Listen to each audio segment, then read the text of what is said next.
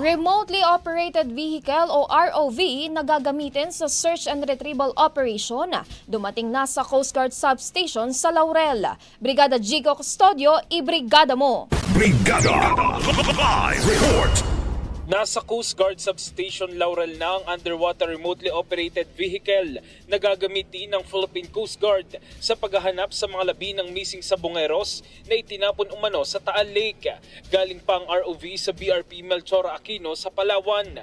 Hindi pa ito magagamit ngayong araw at posibleng bukas pa o sa mga susunod na araw na ito magamit sa search and retrieval operations. Hamon sa divers ang zero visibility sa ilalim ng lawa, gayon din ang underwater current kaya raw kailangan ng mga teknolohiya gaya ng ROV. Ang ROV ay kayang sumisid ng 4 na oras tuloy-tuloy. Mayroon itong kamera, may ilaw at kayang magangat ng suspicious object mula sa ilalim ng lawa.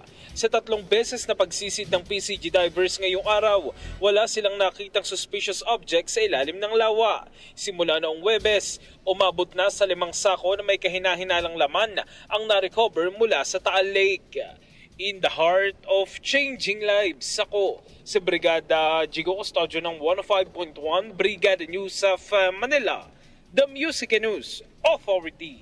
Ang bahaging ito ay hatid sa atin ng Drive Max Coffee. Ligayang tuloy-tuloy!